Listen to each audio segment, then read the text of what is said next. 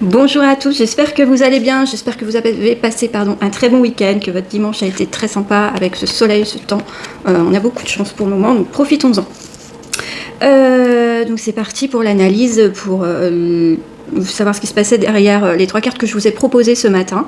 Il y avait la première carte qui était avec le petit bracelet en forme infinie. Si vous avez choisi cette carte, c'est la carte de la traversée, ça nous parle d'un changement de cap. En fait, si tu as choisi cette carte, je vais te tutoyer à partir de maintenant.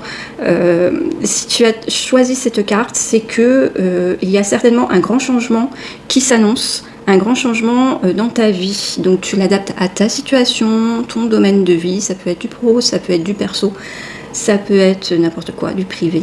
Il y a un grand changement qui s'opère. Ce grand changement, peut-être que ça suscite en toi une sorte de peur, une sorte de questionnement aussi, puisque tu ne sais pas ce qui va se passer après ce grand changement, ce qui est normal. Tu te poses tout un tas de questions. Cette carte, si tu vois la position dans la carte, c'est vraiment une position en tailleur, comme si le personnage était en train de méditer, ou en tout cas de se concentrer sur lui-même. Cette carte, en fait, c'est ce qu'elle t'invite à faire, c'est-à-dire que s'il y a quelque chose qui doit changer dans ta vie, si tu entames une nouvelle direction, on t'invite à t'introspecter, on t'invite à regarder en toi et à écouter les signaux en toi. Donc oui, il peut y avoir un peu de panique, oui, il peut y avoir des peurs qui sont tout à fait fondées et soit inconscientes ou alors tout à fait légitimes. Ce qu'on te dit ici, c'est que justement pour faire disparaître ces peurs, il faudrait que tu te concentres sur ton objectif final, uniquement ton objectif, que tu balayes d'un revers tout ce qui peut te faire douter.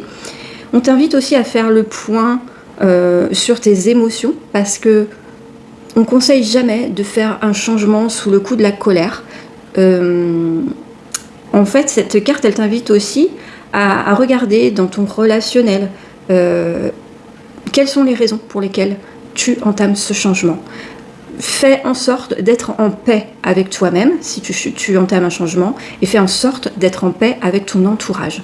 C'est-à-dire que même si tu as des colères envers certaines personnes, essaye, au niveau de ton cœur à toi, de faire en sorte que ces colères s'estompent, ces colères s'éteignent. Je sais que c'est plus facile à dire qu'à faire. Il y a plein de techniques pour ça. Je te laisse, tu es maître de ta destinée et c'est à toi de trouver la technique qui va te permettre d'accéder à cette conscience qu'il ne faut pas entamer un nouveau chemin de vie si tu laisses derrière toi de la colère et si tu repars avec ce bagage de colère avec toi. Parce que ça peut venir te faire des mauvais choix. Donc en fait ici la carte t'invite à retrouver la paix en toi et la paix autour de toi avant d'entamer un véritable changement de vie. Voilà. La carte numéro 2 qui était avec le petit pendule. Cette carte, cet oracle, je l'adore parce qu'il a des dessins vraiment que je trouve magnifiques, très parlants. Et en plus, le petit livret qui explique les cartes, il y a une sorte de poème. Et je vais faire ce que je ne fais pas d'habitude, c'est-à-dire que pour cette carte, pour ce message qui est ici, qui s'appelle l'endroit, cette carte, je vais te lire le poème qui est attribué et puis après je vais revenir dessus. Donc si je te lis le poème, voici. Si vous voulez connaître l'éveil de l'âme, imaginez-vous quelque part, dans un endroit invisible au monde, mais d'où vous voyez le monde entier. Dans le confort de votre être, vous êtes chez vous, et au creux de ce nulle part ailleurs, rien ne peut vous atteindre. Vous êtes seul avec vous-même, le bien-être est total, et vous vous laissez guider, laissez vos pensées filer. Vous pouvez voir le monde et toutes ses beautés, l'univers vous dévoilera ses secrets, lâchez prise et laissez-vous aller. Tout prend sens au fur et à mesure autour de vous. Percevez l'immensité, la grandeur et même la complexité. Remarquez avec délicatesse comme tout se connecte pour s'unir dans cet endroit merveilleux qui est finalement votre propre monde intérieur. Ressentez l'unité qui s'installe, apprenez, découvrez, comprenez. Nous avons tous certaines missions et en premier, communément, celle d'exister. Le champ du possible est à vous, le temps de quelques accords parfaits. Laissez votre âme s'évader, vos doutes et vos peurs vous échapper. Écoutez le silence tout autour, constatez l'opération du changement mystique et merveilleux qui s'opère, alors qu'il se fait musique ou chant sacré. Voilà que déposé là, à l'endroit, le silence mélodieux commence à vous enseigner. N'ayez pas peur des révélations, car cette ère céleste va se terminer et vous reviendrez dans le même monde tout comme avant, pourtant peut-être à jamais différent. Cette carte, ce texte il est magnifique, et ce texte en fait il est en train de te dire que c'est très bien de s'entourer de gens, c'est très bien d'avoir une vie sociale très riche, c'est très bien d'être toujours accompagné, mais parfois dans la vie on a besoin aussi d'être seul pour pouvoir voir ce qu'on n'arrive pas à voir quand on est à plusieurs, quand on est accompagné. Ton énergie elle n'est pas la même si tu es seul et si tu es accompagné de quelqu'un ou de plusieurs personnes. Quand tu es dans un groupe, tu n'es pas exactement la même personne que quand tu es seul, et c'est bien normal. Parce que tu portes en toi des blessures, parce que tu portes en toi aussi l'énergie des autres qui vient se mixer avec la tienne. Et en fin de compte, la carte ici, elle vient te dire que justement, au contact des autres, au contact du monde extérieur, tu portes peut-être un masque, tu t'adaptes aussi aux autres, tu peux ne pas vouloir, tu peux ne pas réussir à être tel que tu aimerais être. Je ne sais pas si je me fais bien comprendre. Des fois, par exemple, tu peux être dans une situation, tu sais que tu vas être dans cette situation, et tu imagines cette situation dans laquelle tu sais dans laquelle tu vas te trouver, et finalement, quand tu l'imagines, ça se passe de telle et telle manière, parce que tu prends les choses en main, tu arrives à parler, tu arrives à discuter, tu arrives à être à l'aise, et puis finalement, quand la situation se produit en réalité, t'es pas du tout la même personne que tu avais projeté d'être. Et en fait, cette carte, elle t'invite à justement essayer de te reconnecter à ta puissance intérieure, parce que souvent, si tu n'es pas la personne que tu veux être dans telle ou telle situation, c'est parce que tu te fais parasiter toi-même par finalement toutes les actions des autres personnes qui sont autour de toi et qui viennent agir sur toi comme un miroir quelque part, et qui te laissent pas être en pleine expansion de ce que tu pourrais donner. Donc en fait ici on est en train de te dire essaie de te couper de tout ça, parce que parfois à être trop entouré, à être trop au contact des gens et à ne pas te laisser assez de temps seul avec toi-même, finalement tu deviens une personne que tu ne connais pas forcément, puisque la personne que tu es réellement, c'est la personne que tu es quand personne n'est avec toi, quand tu t'autorises à être toi-même, tout simplement. Voilà. Donc la carte t'invite à réfléchir à ça et à peut-être passer un peu plus de temps avec toi-même pour essayer de te dompter quelque part. Et enfin, la dernière carte qui était avec la petite rose ici. C'est la carte de l'accord. Il me semble qu'on l'a déjà eu dans les semaines précédentes. Cette carte, elle est très belle aussi, je trouve, puisqu'on a un livre ici. On a la part lumière et la part ombre de la personne, dessinée ici par une espèce de dragon. Et en fait, l'essence même de cette carte, c'est d'apprendre à se connaître soi-même. C'est un peu redondant par rapport à la carte d'avant, mais c'est quand même différent.